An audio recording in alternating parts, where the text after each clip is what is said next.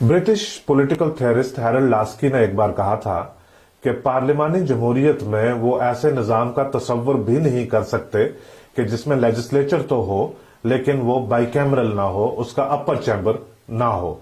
यानी अगर parliamentary democracy है तो हाउसेस दोनों होने चाहिए, लोअर हाउस भी होना चाहिए जो डायरेक्टली इलेक्ट होकर लोग आते हैं, और अपर हाउस भी होना चाहिए जिसमें बाकी इलेक्टेड मेंबर्स हैं स्टेट्स के, वो मेंबर्स को भेजते हैं। या एक मुख्तलिफ निजाम ब्रिटिश जो यूके वगैरह में एक मुख्तलिफ निजाम होता है, वहां पे जो हाउस ऑफ लॉर्ड्स होता है वो कभी रिटायर ही नहीं होते। एक बार आप गए फिर उसके बाद ताहयात आप उसके मेंबर रहते हैं। लेकिन इनका कहने का मतलब यह था कि अगर जो लोअर हाउस है इसमें कुछ गुंजाइश लेजिस्लेशन में, कानून में अगर कोई रह जाती है तो कम से कम अपर हाउस के लोग हैं वो, क्योंकि मुख्तलिफ शोबात से भी आते हैं, शोबाजात से आते हैं, वो उसके ऊपर अपनी नजरसानी भी कर सकते हैं। अगर उनको मंजूर ना हो तो उसको बिल को, लेजिस्लेशन को, कोई भी मसौदा कानून हो उसको वापस वो लोअर हाउस में यानी भेज भी सकते हैं। ये बड़ा शुक्र है, अच्छी बात है ये कि हिंदुस्तान की जो पार्लियामेंट्री सिस्टम है, हमारे पार्लियामेंट के दोनों हाउसेस हैं, लोअर हाउस भी है और अपर हाउस भी है। लोअर हाउस को बोलते हैं, आप सबको पता है, लोकसभा बोलते हैं, और अपर हाउस को राज्यसभा बोलते हैं।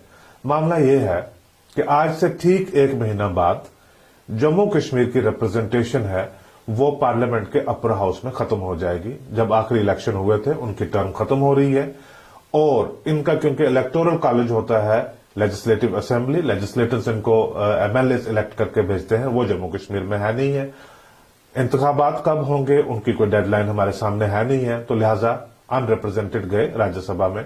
इसके साथ कनेक्टेड एक बात थी कि जो 4 लोग इस वक्त जम्मू कश्मीर को रिप्रेजेंट कर रहे हैं राज्यसभा में, उनमें एक हैं गुलाम नबी आजाद, कदावर लीडर हैं, जम्मू कश्मीर से उनका ताल्लुक है, और कांग्रेस के हलकों में भी और जम्मू कश्मीर में भी खास दिलचस्पी है कि उनकी जब राज्यसभा की टर्म खत्म होती है तो जो मौजूदा हालात, जब कांग्रेस में उन्होंने चिट्ठी विट्ठी लिख के कुछ अपने नाराजगी का इजहार किया था, तो उसके बाद सूरत हाल क्या बनती है, और उस सूरत में गुलाम नबी आजाद की दिलचस्पी किस चीज में हो सकती है। वो सियासत से क्या कोई रिटायरमेंट लेने का सोचेंगे, मरकज में ही सियासत करेंगे, नेशनल लेवल पे ही सियासत करेंगे, पार्टी में कोई रोल मिलेगा, या जम्मू कश्मीर में आएंगे।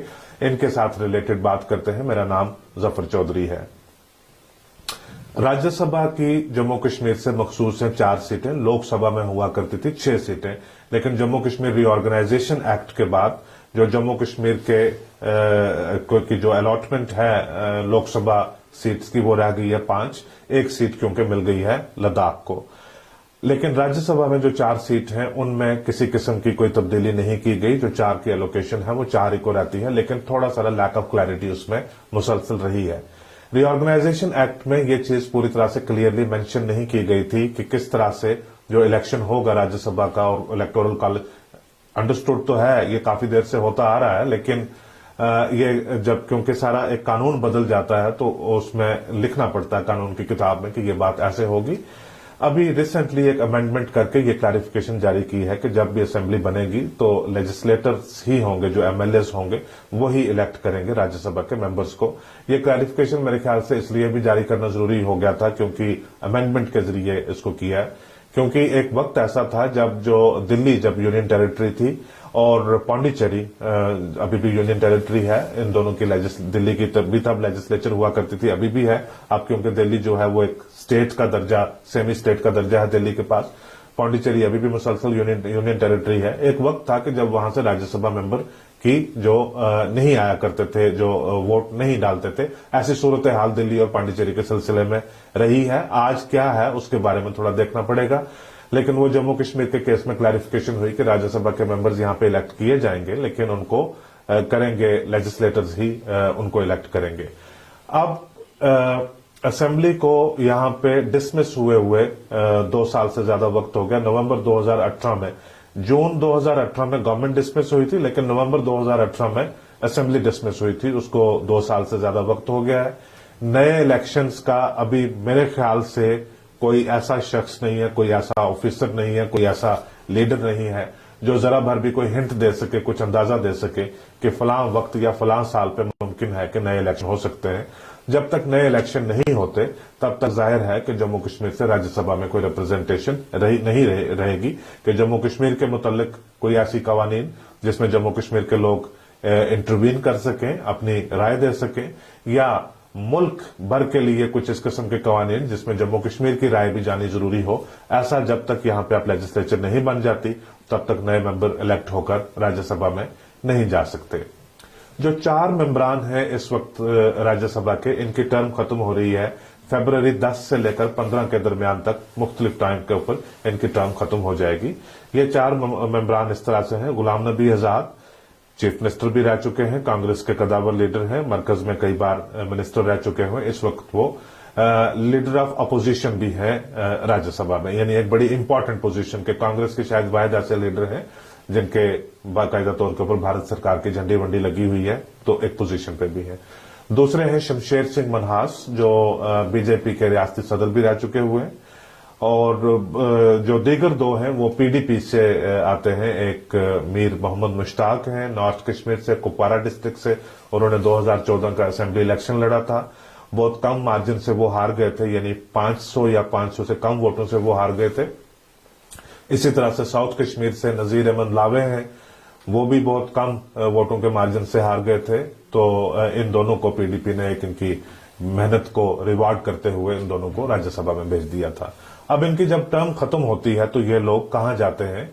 जो मीर फयाज हैं उनका लगता है लाइकली, क्योंकि इस सारे बहरान के दौरान जब लोगों ने पीडीपी भी छोड़ी, दूसरी पार्टीज में भी गए, खास करके नई पार्टी जो है उसमें गए, फयाज काफी वोकल रहे हैं और वो पीडीपी के साथ ही रहे हैं। हालांकि दिल्ली में भी उन्होंने 5 अगस्त के दौरान भी, उसके बाद भी पार्लियामेंट के अंदर और बाहर भी उन्होंने प्रोटेस्ट वगैरह किए, काफी वोकल रहे हैं वो। तो लिहाजा वो लगता है कि पीडीपी के साथ वो जुड़े रहेंगे जब तक पार्टी का एक निजाम सिलसिला चल रहा है। जो नजीर अहमद लावे हैं उन्होंने इस दौरान प्राइम मिनिस्टर साहब के साथ भी एक मुलाकात की है, लेफ्टिनेंट गवर्नर के साथ भी श्रीनगर में मुलाकात की थी, और एक बयान में उन्होंने कहा था कि वो भी एक अपनी पार्टी ही बनाना चाहते हैं। यानी वो नॉट एग्जैक्टली वो अपनी पार्टी जो आप समझ रहे हैं, वो कहते हैं कि वो उनकी अपनी पार्टी वो भी एक पार्टी बनाना चाहते हैं। पार्टियों की बड़ी कमी है, तो अब वो पार्टियां ज्यादा हो रही हैं, लीडर असल में कम हो रहे हैं, तो वो भी शायद एक पार्टी बनाएंगे। जो शमशेर सिंह मनहास हैं बीजेपी के, वो वापस पार्टी में आ जाएंगे और पार्टी का कामकाज करेंगे कि पार्टी उनको, बीजेपी के अंदर एक निजाम है, लोगों को जिम्मेवारी दी जाती है कि आप यहां से फारुग हो गए, अब आप ये काम कीजिएगा। अब रहा मसला गुलाम नबी आजाद साहब का। ये बड़ा एक इंटरेस्टिंग बात है, बड़े इंटरेस्ट के साथ देखी जानी है कि कांग्रेस 15 फरवरी के बाद जब गुलाम नबी आजाद साहब की टर्म राज्यसभा से खत्म हो जाती है, कांग्रेस का क्या रवैया रहेगा उनके लिए, वो उनसे क्या काम लेना चाहेंगे, अगर लेना चाहेंगे भी तो पार्टी के अंदर लेंगे, क्या करेंगे, या गुलाम नबी आजाद खुद क्या करना चाहते हैं? क्या वो सेंटर में रह के ही, दिल्ली में रह के किसी नेशनल पॉलिटिक्स में कोई रोल प्ले करने की ख्वाहिश रखते हैं, या जम्मू कश्मीर में, क्योंकि एक वक्त उनको बहुत ज्यादा दिलचस्पी थी कि वो जम्मू कश्मीर में आए और यहां पे कोई रोल अदा करें। इसमें अटकलों का बाजार जो है सियासी सर्कलों में बड़ा गर्म है। कई लोग ये कहते हैं कि गुलाम नबी आजाद अपनी पार्टी फ्लॉट करेंगे और एक जम्मू कश्मीर की पार्टी होगी। मैंने कुछ जो जराए हैं, दोस्त हैं कांग्रेस के अंदर, उनसे बात की, उन्होंने कहा कि ऐसा, उन्होंने, एक होता है कि आप क्या चाहते हैं कि क्या होना चाहिए, दूसरा ये होता है कि आपकी इनसाइट क्या है, आपके पास इनपुट क्या है कि क्या होना चाहिए। वो कहते नहीं ऐसा होना तो नहीं चाहिए, ये बात तो बड़ी बिल्कुल गलत है, ये तो बड़ा एक बहुत बड़ा सान्या हो जाएगा कि अगर गुलाम नबी आजाद जैसे कदावर लीडर भी कांग्रेस छोड़कर कोई दूसरी पार्टी बना सकते हैं। बात काफी हद तक ये ऐसी ही लगती है। तो क्या होगा उसके बाद, उनका जो 15 फरवरी के बाद क्या करना चाहेंगे वो? अभी 72 ईयर्स उनकी एज है, लेकिन डायनेमिक है, हमसे थोड़े सारे तगड़े हैं, अच्छे हैं, एनर्जेटिक हैं, तो काफी वक्त और तक काम कर सकते हैं, सियासत में अपना रोल अदा कर सकते हैं, कंट्रीब्यूट कर सकते हैं। एक मुख्तसर से नजर डालते हैं गुलाम नबी आजाद साहब की जर्नी के ऊपर। इन्होंने अपने ग्रेजुएशन कंप्लीट करने के बाद 1973 में इन्होंने ज्वाइन की कांग्रेस, तब लगभग इनकी 23 साल की उम्र रही होगी, और 6-7 साल के अंदर ही कि कांग्रेस के ब्लॉक सदर से इन्होंने अपना कैरियर शुरू किया भदरवा के पास, बढ़ते बढ़ते वो लगभग 6-7 साल के अंदर ही ऑल इंडिया यूथ कांग्रेस के वो नेशनल प्रेसिडेंट बन गए। यानी ये 7 साल में इतने क्विक जो जंप है, अगर आप कैरियर देखें, आजकल थोड़ा हो रहा है क्योंकि ये काफी सालों पहले की बात है, 3 दहाइयों 4 दहाइयों पहले की बात है। आजकल नौजवान लोग जल्दी आ रहे हैं और जल्दी पॉलिटिक्स में अपने आप को स्टैब्लिश कर पा रहे हैं, लेकिन उस वक्त ये था कि खास करके कांग्रेस का कल्चर जिसको कहा करते थे कि आपको दरबार में बहुत साल स्पेंड करने पड़ते थे, उसके बाद जाकर कोई बात बनती थी। तो ये 30 साल की उम्र में लगभग ये मेंबर ऑफ पार्लियामेंट भी बन गए। पहला इलेक्शन इन्होंने महाराष्ट्र से वाशिम कॉन्स्टिट्यूएंसी से इन्होंने जीता और 1982 में डिप्टी मिनिस्टर भी बन गए।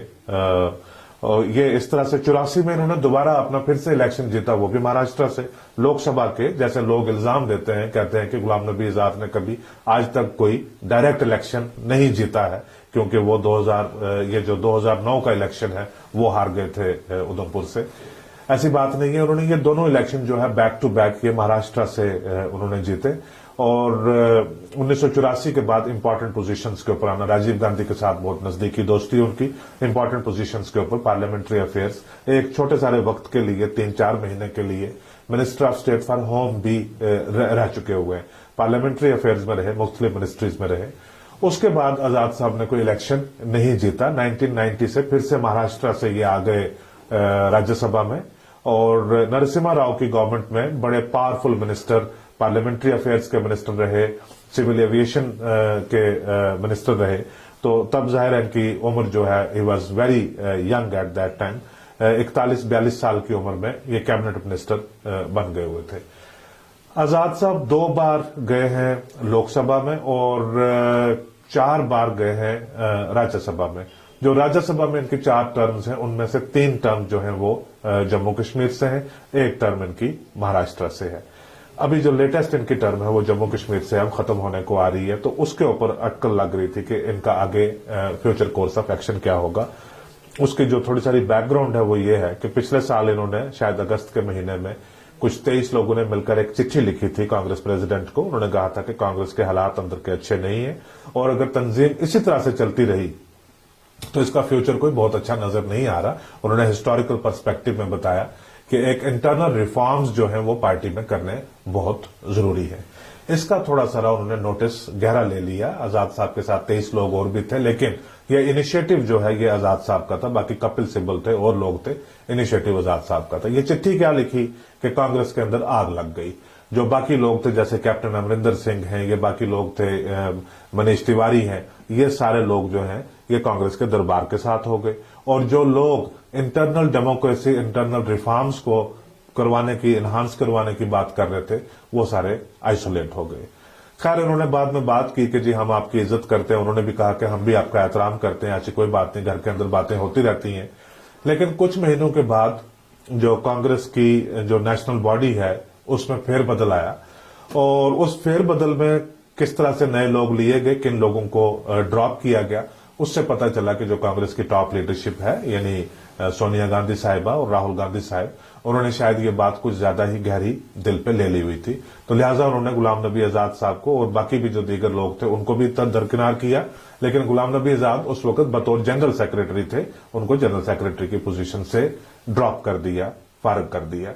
और भी जो स्टेट्स में जैसे गुलाम नबी आजाद बताते थे, ऐसे करते थे कि ये तो मुझे याद है कि बतौर जनरल सेक्रेटरी ये कांग्रेस के अंदर, खास करके जब कांग्रेस एक अच्छी पोजीशन में हो तो ये बड़ी पावरफुल पोजीशन हुआ करती है। तो आजाद जो जनरल सेक्रेटरी रहते हैं, आजाद साहब भी रहे, वो कई स्टेट्स में, जब ये कांग्रेस के दिन हुआ करते थे, ये तब की बात है, कई स्टेट्स में इनके हाथों से चीफ मिनिस्टर लोग बनते थे, इनके हाथों से लोग राज्यसभा में जाया करते थे। अब वो पोजीशन थोड़ी मुख्तलिफ हो गई है। अब जो 15 फरवरी के बाद जो सूरत हाल पैदा होती है उसमें गुलाम नबी आजाद साहब की दिलचस्पी रहती है जम्मू कश्मीर में बहुत ज्यादा। उसी दिलचस्पी के तहत, उसी के चलते 2002 में, 2001 में जब वो आए थे यहाँ पे पीसीसी चीफ बने थे, तब शायद उनकी दिलचस्पी नहीं थी, तब दिल्ली से भेजा गया था कि आप जाइए ये काम कीजिए।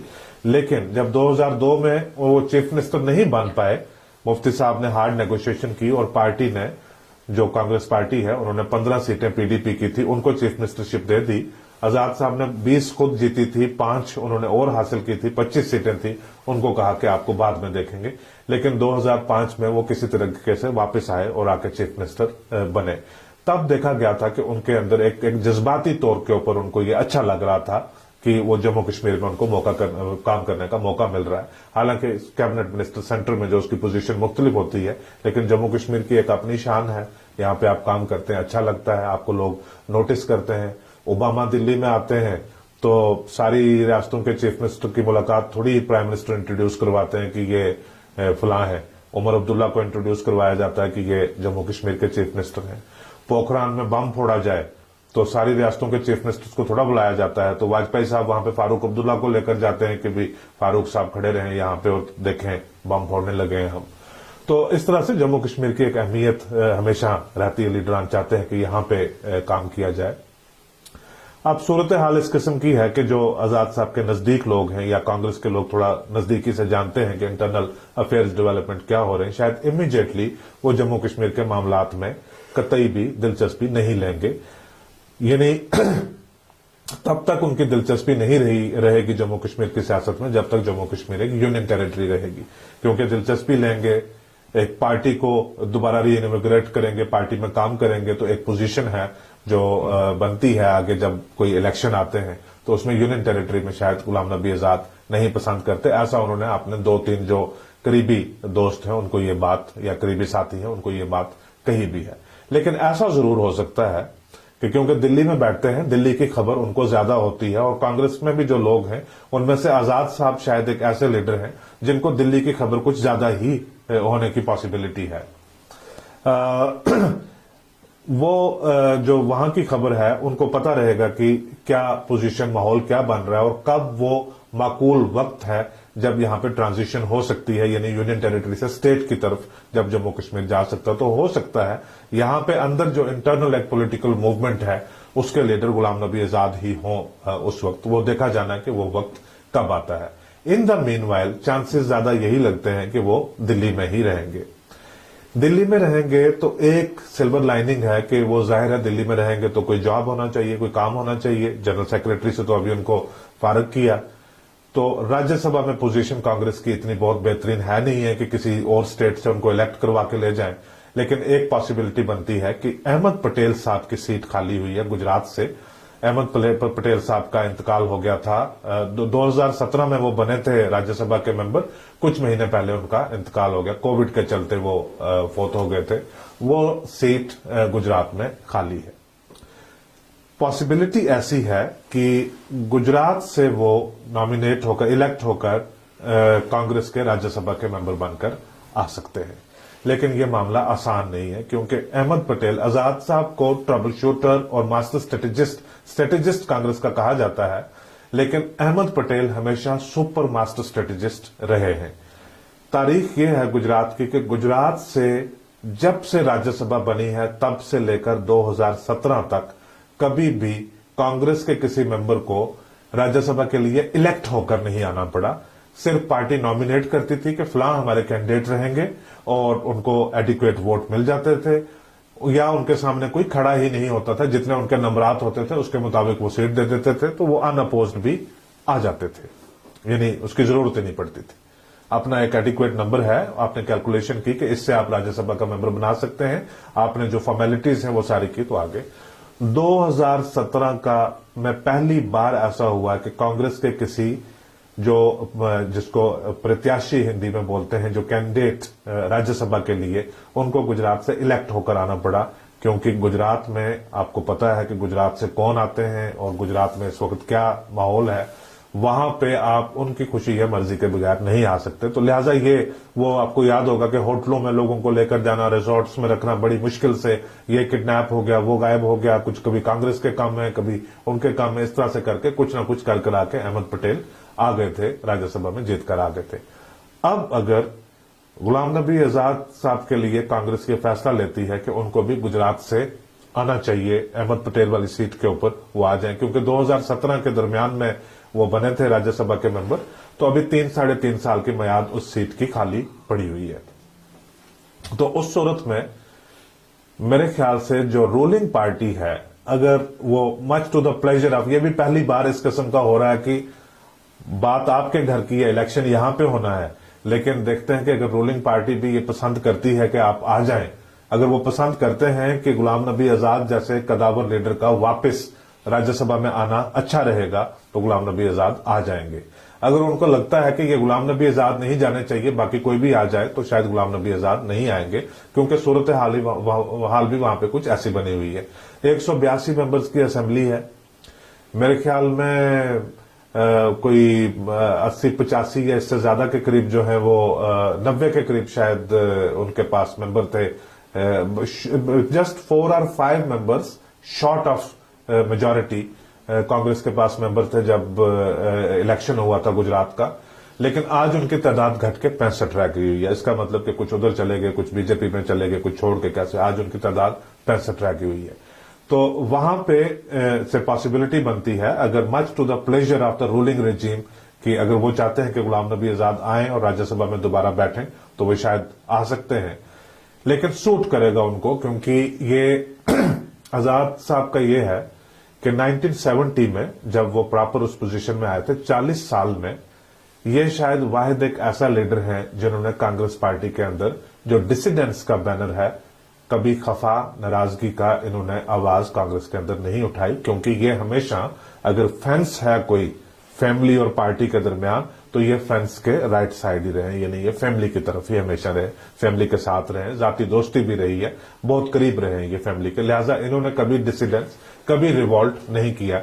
बल्कि जहां पे भी कांग्रेस पार्टी को किसी किस्म का डिसिडेंस का, किसी किस्म के रिबेलियन का, किसी किस्म की बगावत की कोई प्रॉब्लम मुल्क में कहीं पे आती, नॉर्थ ईस्ट से लेकर साउथ तक कहीं पे आती थी, तो अहमद पटेल तो थे, लेकिन गुलाम नबी आजाद एक ऐसे लीडर थे जिनको भेजा जाता था कि आप जाकर ये मामला रिजॉल्व करवा के आइए।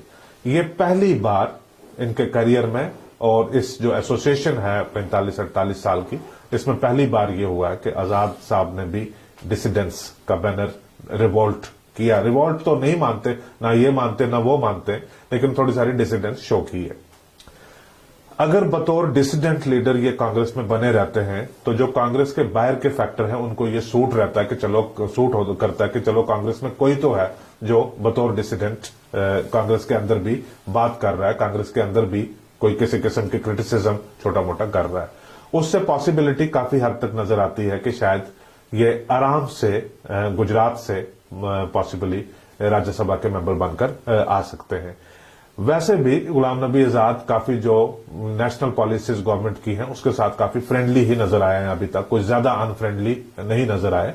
यानी 5 अगस्त को भी अगर देखें कि जो खबर बनी पूरी मुल्क भर के लिए, वो अधीर रंजन चौधरी की बनी की तकरीर से बनी, गुलाम नबी आजाद साहब की तकरीर से नहीं बनी।